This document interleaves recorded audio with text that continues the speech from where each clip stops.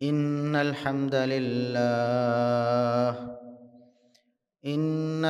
لله نحمده ونستعينه ونستغفره ونعوذ بالله من شرور أنفسنا ومن سيئات أعمالنا.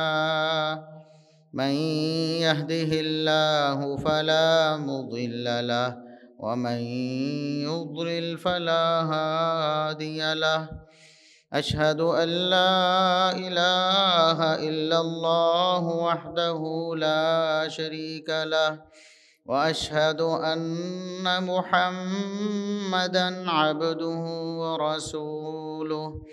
اللهم صل على محمد وعلى آل محمد كما صليت على إبراهيم وعلى آل إبراهيم إنك حميد مجيد.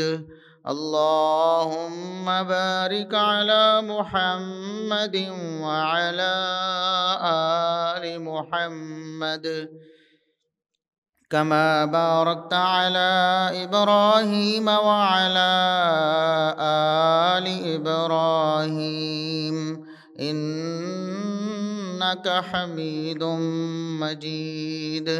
أما بعد فيا أيها الناس ألا إن خير الحديث كتاب الله وخير الهدي هدي محمد صلى الله عليه وسلم وشر الأمور محدثاتها وكل محدثة بدعة وكل بدعة ضلالة.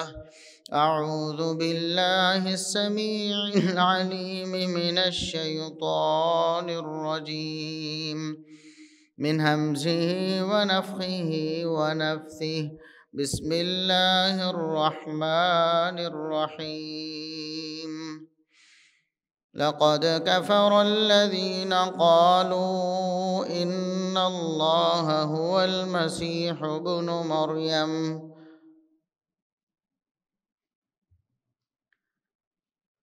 انتہائی قابل احترام سامعین و سامعات، ہر قسم کی حمد و ثنا، تعریف و تمجید، کبریائی، بڑائی، رفعت و عظمت اللہ رب العزت کے لیے جو پوری کائنات کا خالق و مالک ہے.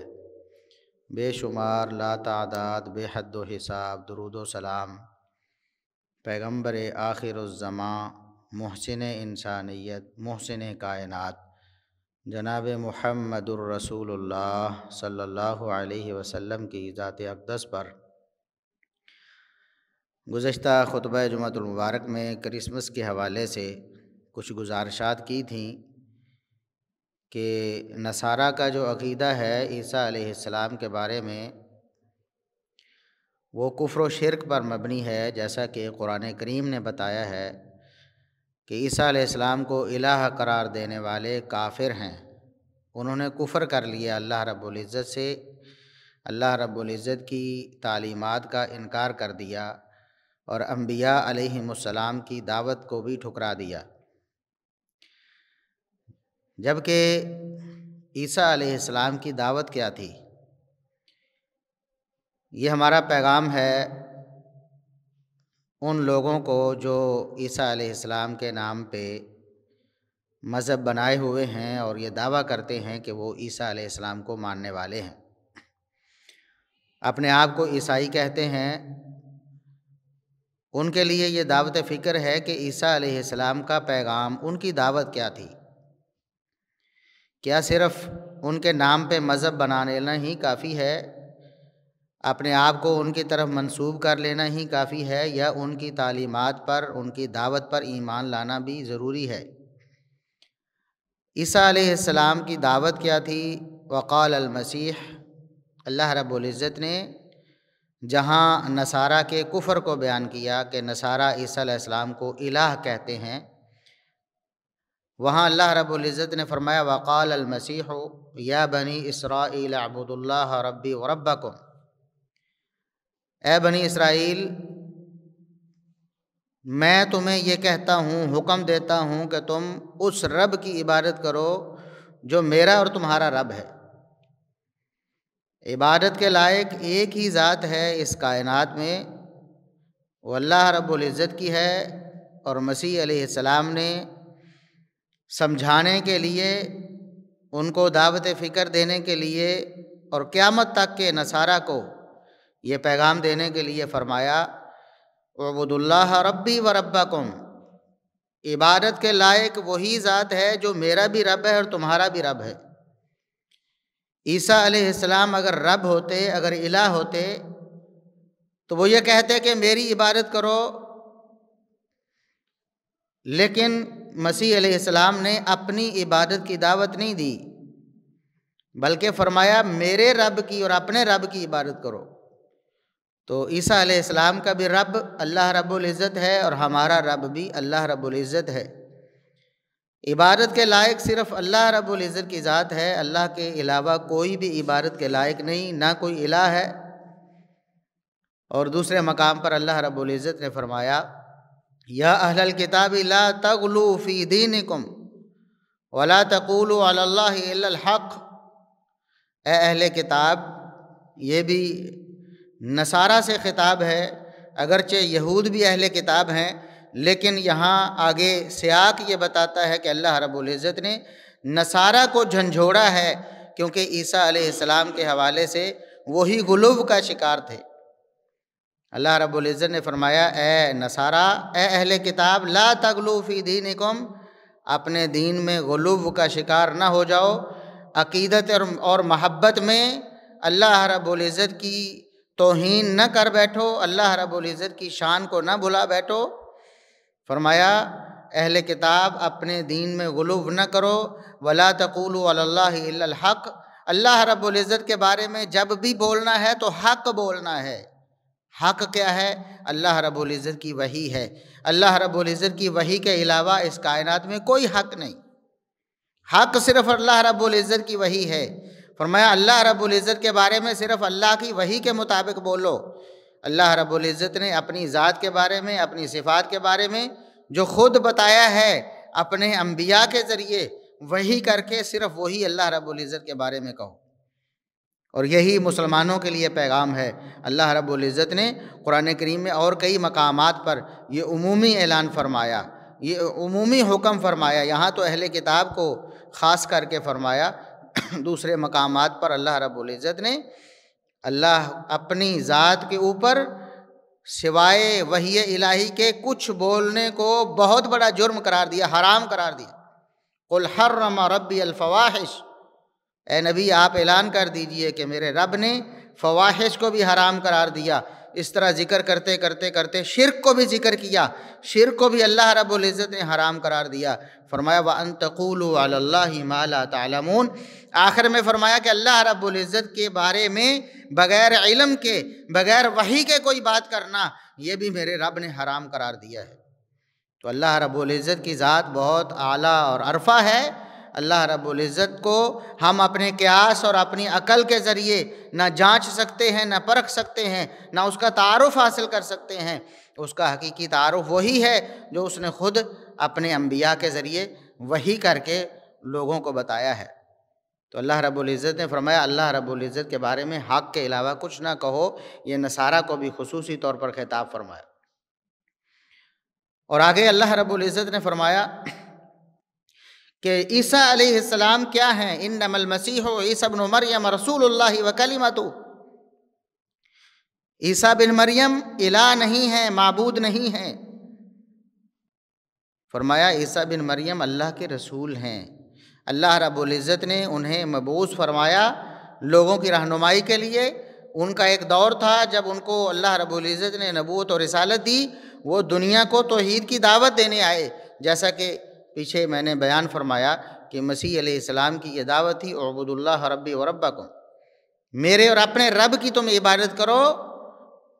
اور یہاں بھی اللہ رب العزت فرماتے انما المسیح عیسیٰ ابن مریم رسول اللہ وکلمتہ، عیسیٰ بن مریم اللہ کے رسول ہیں اور اللہ کے کلمہ ہیں، القاہا الی مریم، اللہ رب العزت نے اپنا یہ کلمہ مریم علیہ السلام کی طرف القاء کیا، آپ کو پتہ ہے کہ مسیح علیہ السلام کی پیدائش روٹین سے ہٹ کر خرق عادت ہوئی۔ معجزانہ طور پر مریم علیہ السلام کو اللہ رب العزت نے عیسیٰ علیہ السلام کی صورت میں بیٹا دیا بغیر باپ کے، اور اسی بات کو اللہ رب العزت نے قرآن کریم میں دوسرے مقام پر فرمایا کہ عیسیٰ علیہ السلام کی مثال آدم علیہ السلام کی طرح ہے۔ جس طرح آدم علیہ السلام بغیر باپ کے پیدا ہوئے، بغیر ماں کے پیدا ہوئے، اللہ رب العزت نے اپنی فطرت اور اصول جو قدرت کا رکھا ہے اس کو بدل کر آدم علیہ السلام کو پیدا فرمایا اسی طرح عیسیٰ علیہ السلام کو بھی اللہ رب العزت نے جو ایک تناسل کا قانون اللہ رب العزت نے اس دنیا میں بنایا ہے اس سے نکال کر معجزانہ طور پر عیسیٰ علیہ السلام کو پیدا فرمایا وہ اللہ کے رسول ہیں، اللہ کا کلمہ ہے جو اللہ رب العزت نے مریم علیہ السلام کی طرف القاء کیا تھا۔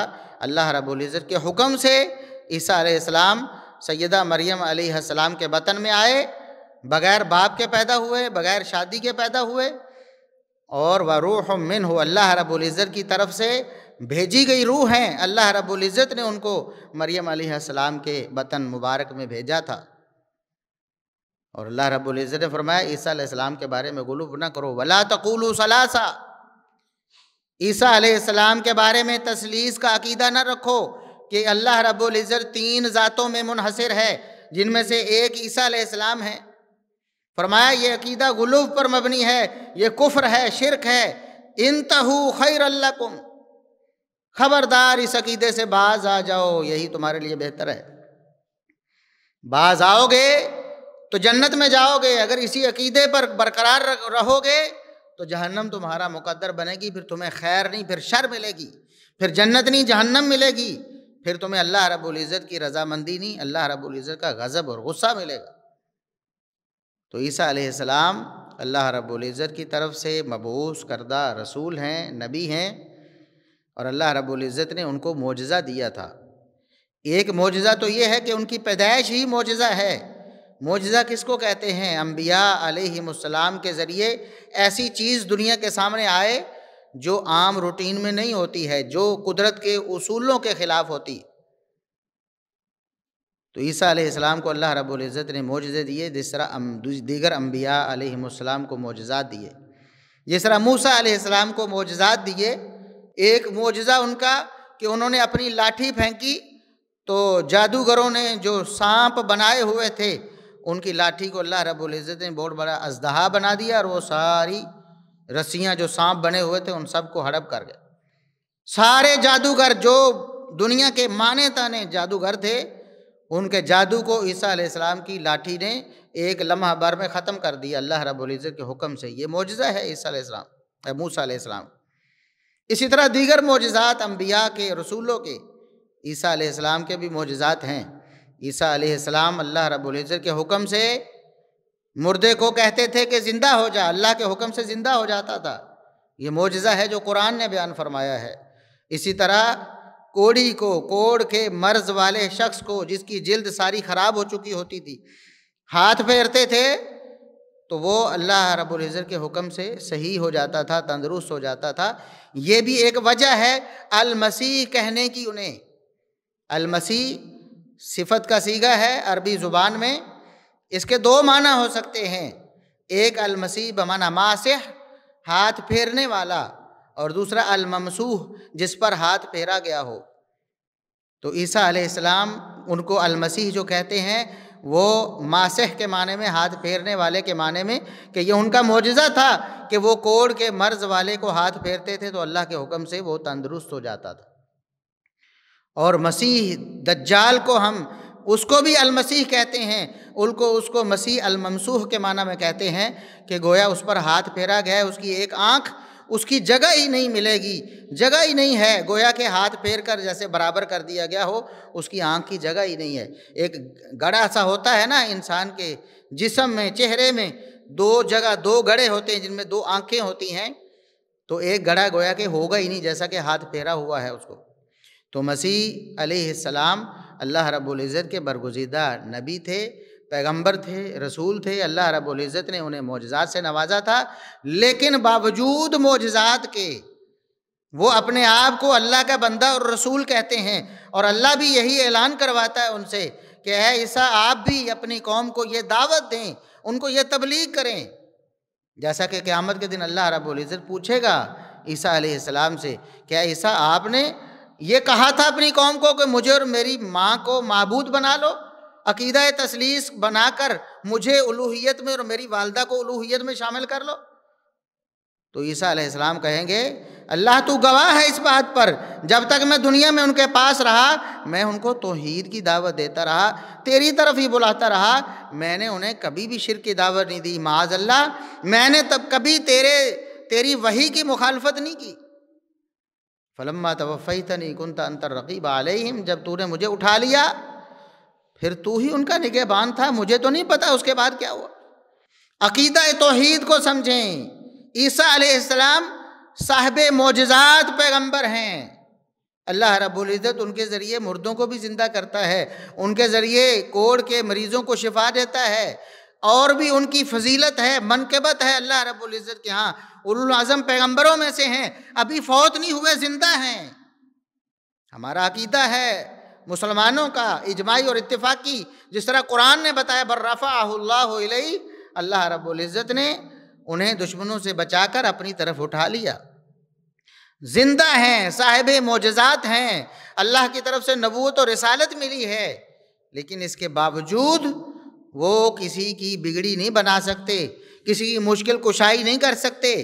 اللہ رب العزت کے حکم سے ان کے ہاتھ سے معجزات کا ظہور ضرور ہوا، لیکن وہ مشکل کشا نہیں بنے، الوہیت میں اللہ رب العزت کے شریک نہیں ہوئے، ان کو مدد کے لیے پکارنا جائز نہیں ہوا، ورنہ آج مسلمان پکارتے انہیں، اللہ رب العزت تعلیم دیتا، محمد الرسول اللہ صلی اللہ علیہ وسلم اپنے صحابہ کو سکھاتے، اپنی امت کو بتاتے کہ عیسیٰ علیہ السلام تو زندہ ہیں، جب مردوں سے مانگا جا سکتا ہے تو زندہ لوگوں سے تو بلاولا مانگا جا سکتا ہے، جب امتیوں سے مانگا جا سکتا ہے، یا عبد القادر جیلانی شیئا للہ کہا جا سکتا ہے۔ عبد القادر جیلانی رحمہ اللہ تعالی جو نبی نہیں ہے، صحابی نہیں ہے، تابعی نہیں ہے، تبع تابعی نہیں ہے، بعد کے صدیوں بعد پیدا ہونے والے صاحب فضیلت ہیں، اس میں کوئی شبہ نہیں، اللہ رب العزت کے نیک بندے ہیں، اس میں کوئی شبہ نہیں۔ جب وہ امتی ہو کر ان کو پکارا جا سکتا ہے، ان سے مدد مانگی جا سکتی ہے، اور فوت شدہ ہو کر بھی مدد کر سکتے ہیں، دنیا سے جا کر، روح قبض ہو کر، قبر میں جا کر، دفن ہو کر جب وہ مدد کر سکتے ہیں، تو پھر عیسیٰ بن مریم علیہ السلام جو کہ زندہ ہیں، نبی ہیں، رسول ہیں، صاحب معجزات ہیں، وہ پھر مدد کیوں نہیں کر سکتے؟ یہ دعوت فکر ہے۔ اللہ رب العزت نے نصارہ کو بھی دعوت دی عیسیٰ بن مریم کو الہ نہ بناؤ، اور ہمیں بھی دعوت دی مسلمانوں کو بھی کہ غلو نہیں کرنا، غلو منع ہے، غلو حرام ہے، کسی کی ہستی کو اس کے مقام سے بڑھانا یہ اس کی شان نہیں بلکہ اس کے ساتھ مذاق ہے، کسی مخلوق کو خالق کے ساتھ ملا دینا، مخلوق کو خالق کا شریک بنانا یہ مخلوق کی فضیلت نہیں ہے۔ محمد الرسول اللہ صلی اللہ علیہ وسلم نے اسی لیے فرمایا تھا لا تطرونی کما اطرت النصارى ابن مریم، میری امت کے لوگوں مجھے میری شان اور میرے مقام سے اس طرح نہ بڑھا دینا جس طرح عیسیٰ بن مریم کو نصارہ نے ان کی شان اور مقام سے بڑھا دیا تھا۔ اگر کسی کی شان اور مقام میں غلو کرنا، اضافہ کرنا اپنی طرف سے، اگر یہ قابل تعریف ہوتا، اگر یہ ثواب کا کام ہوتا، محمد الرسول اللہ صلی اللہ علیہ وسلم سے بڑھ کر اس کائنات میں کوئی ہستی نہیں تھی جو صاحب فضیلت ہو اور صاحب مقام ہو، لیکن آپ صلی اللہ علیہ وسلم نے اپنے بارے میں بھی خاص طور پر اپنی امت کو نصیحت اور وصیت کی کہ مجھے نصارہ کی طرح، جس طرح نصارہ نے عیسیٰ بن مریم کو ان کی شان سے بڑھا کر الوہیت کے درجے پہ فائز کر دیا، تم میرے بارے میں ایسا نہ کرنا۔ اور محمد الرسول اللہ صلی اللہ علیہ وسلم کی نصیحت اور وصیت پر عمل کرتے ہوئے ہمیں عقیدہ توحید پر کاربند ہونا چاہیے۔ بزرگ ہیں، ولی ہیں، نبی ہیں، اللہ رب العزت کے برگزیدہ ہیں، اللہ رب العزت کے پسندیدہ اور محبوب بندے ہیں، لیکن ما فوق الاسباب مدد نہیں کر سکتے۔ دنیا میں موجود تھے، اپنی استطاعت کے مطابق مدد کرتے تھے، آج بھی لوگ ایک دوسرے کی مدد کرتے ہیں، بلکہ اسلام ہی یہ ہے، ایمان ہی یہ ہے، اپنے مسلمان بھائیوں کے ساتھ خیر خواہی کی جائے، ان کی مدد کی جائے، ان کی نصرت کی جائے۔ کوئی بھوکا ہے تو اس کو کھانا کھلایا جائے، کوئی پیاسا ہے تو اس کو پانی پلایا جائے، کوئی ننگے بدن والا ہے تو اس کو لباس دیا جائے۔ یہ تو ہمیں تعلیم دی گئی ہے۔ ایک مسلمان کا فرض ہے دوسروں کی مدد کرنا، صرف دوسرے مسلمانوں کی نہیں بلکہ انسانوں کی مدد کرنا، انسانوں کی نہیں بلکہ جانوروں کی مدد کرنا۔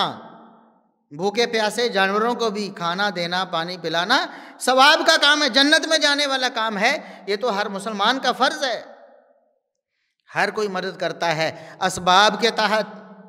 محمد الرسول اللہ صلی اللہ علیہ وسلم جب دنیا میں موجود تھے، اسباب کے تحت آپ بھی مدد کرتے تھے۔ صحابہ کرام آپ کے پاس آتے تھے، اللہ کے رسول مال غنیمت موجود ہے، بیت المال موجود ہے، ہمیں جہاد کے لیے سواری کی ضرورت ہے، اسلحے کی ضرورت ہے۔ رسول اللہ صلی اللہ علیہ وسلم ان کی ضروریات پورا کرتے۔ جب تک بیت المال میں کچھ ہوتا، جب تک مال غنیمت کا کچھ حصہ ہوتا، اللہ کے رسول صلی اللہ علیہ وسلم ان میں تقسیم کرتے۔ اپنے پاس کچھ ہوتا، اپنا حصہ جو اللہ نے ان کو دیا تھا، جو تحفہ ملا وہ ہوتا، وہ بھی غریبوں، یتیموں، مسکینوں میں بانٹ دیتے۔ سیدنا ابو ہریرہ رضی اللہ عنہ کا واقعہ آپ نے سنا ہے، کہتے ہیں کہ بھوک اور پیاس کی وجہ سے کئی دن کھانا نہیں ملا، بے ہوشی کی کیفیت ہے، دورے پڑنے لگے ہیں، تو میں کچھ صحابہ کو روک روک کر ایک آیت کا معنی، مطلب، مفہوم پوچھتا ہوں، اس آیت کی ذرا تفسیر بتاؤ مجھے۔ صحابی آئے تفسیر بتائی چلے گئے، دوسرے آئے تفسیر بتائی چلے گئے، ان کو سمجھ نہیں آئی کہ ابو ہریرہ رضی اللہ عنہ کیوں یہ پوچھ رہے ہیں، کیونکہ خوددار تھے، ہاتھ پھیلانا، کسی سے مانگنا گوارا نہیں تھا۔ پھر اللہ کے رسول صلی اللہ علیہ وسلم کے سامنے یہی سوال رکھا، اللہ کے رسول اس آیت کی تفسیر کیا ہے؟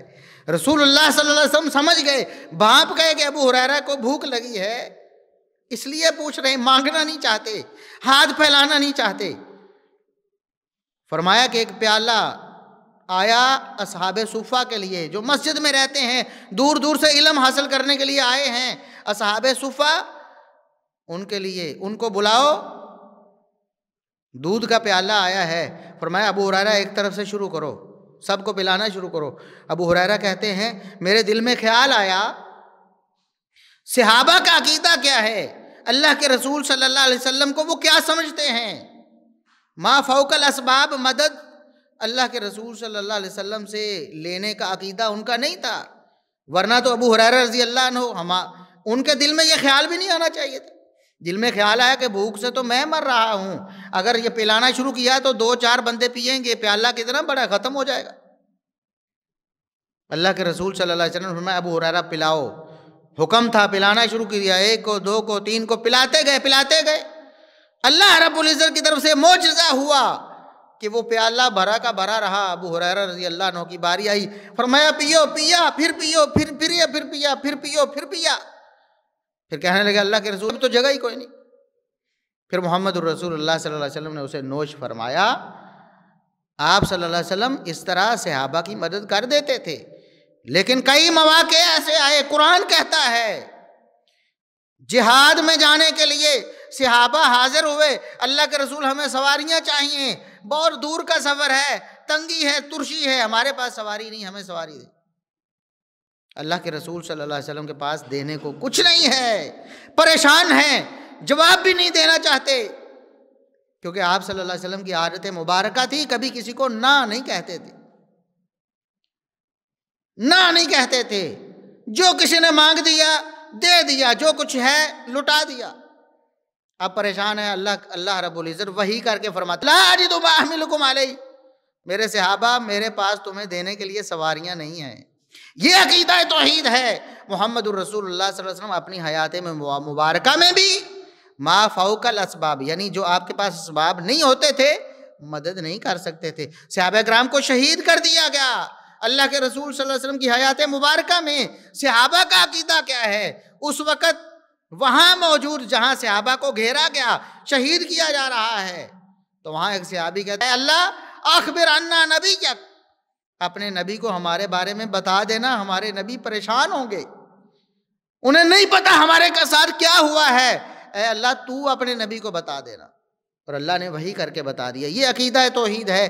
محمد الرسول اللہ صلی اللہ علیہ وسلم باوجود اتنی فضیلت اور مقام کے ما فوق الاسباب مدد نہیں کرتے تھے.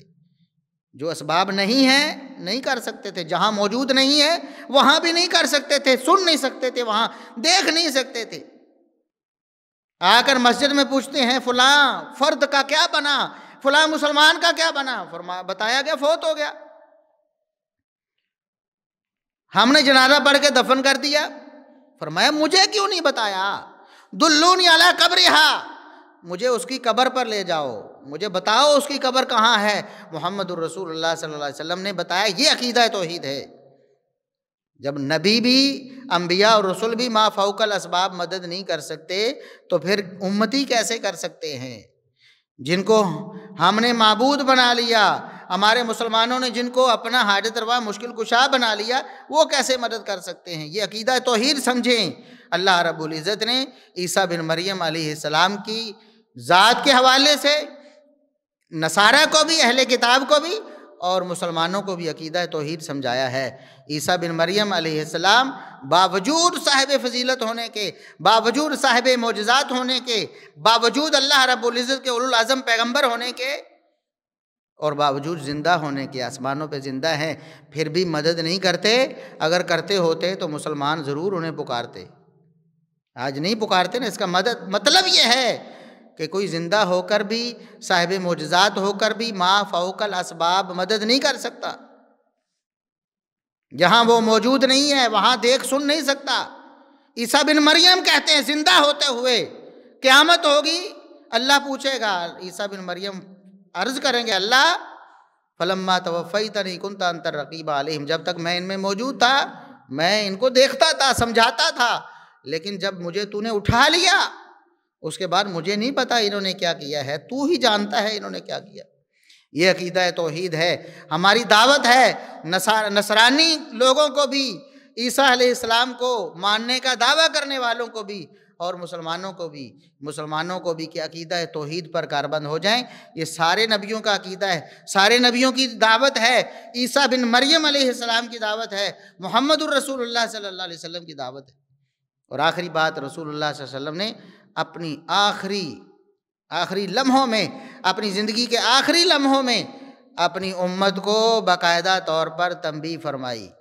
فرمایا میری امت کے لوگوں, میری قبر کو عبادت گاہ نہ بنا لینا, میلہ نہ بنا لینا میری قبر پر. جس طرح نصرانیوں نے, جس طرح پہلی امت کے لوگوں نے اپنے نبیوں کی قبروں کو سجدہ گاہ بنا لیا, قبروں پر سجدے کرنے لگے. اور آج ہم دیکھتے ہیں ولیوں کی قبروں پہ بھی سجدے ہوتے لوگ کرتے ہیں. محمد الرسول اللہ صلی اللہ علیہ وسلم نے فرمایا یہود و نصارہ پر اللہ لعنت کرے, انہوں نے اپنے نبیوں اور اپنے نیک لوگوں کی قبروں کو سجدہ گاہ بنا لی. یحذر ما صنعوا, آپ تو اس سے لوگوں کو ڈرا رہے تھے اپنی امت کو, میری امت کے لوگوں یہ کام تم نے نہیں کرنا. لیکن محمد الرسول اللہ صلی اللہ علیہ وسلم بتا کر گئے تھے میری امت کے لوگ بھی یہود و نصارہ کی پیروی کرنا شروع کر دیں گے, اور اتنی پیروی کریں گے کہ ان کے نقش قدم پر ایک ایک پاؤں پہ پاؤں رکھیں گے. حتیٰ کہ مثال دی, فرمایا اگر وہ کسی جانور کی بل میں گھسے ہیں تو یہ نہیں دیکھیں گے کہ یہ کوئی کام ہے کرنے والا, اس بل میں گھس جائیں گے. یعنی یہود و نصارہ کے پیچھے لگیں گے, ان کے رسوم و رواج اپنائیں گے, ان کے عقیدے اور فکر کو اپنائیں گے. اور آج ہم دیکھ رہے ہیں یہود و نصارہ کے عقائد کو ہمارے مسلمانوں نے اپنا لیا ہے. اللہ رب العزت ہمیں عقیدہ توحید کی سمجھ عطا فرمائے. سبحان ربک رب العزت عما یصفون وسلام علی المرسلین والحمد للہ رب العالمین.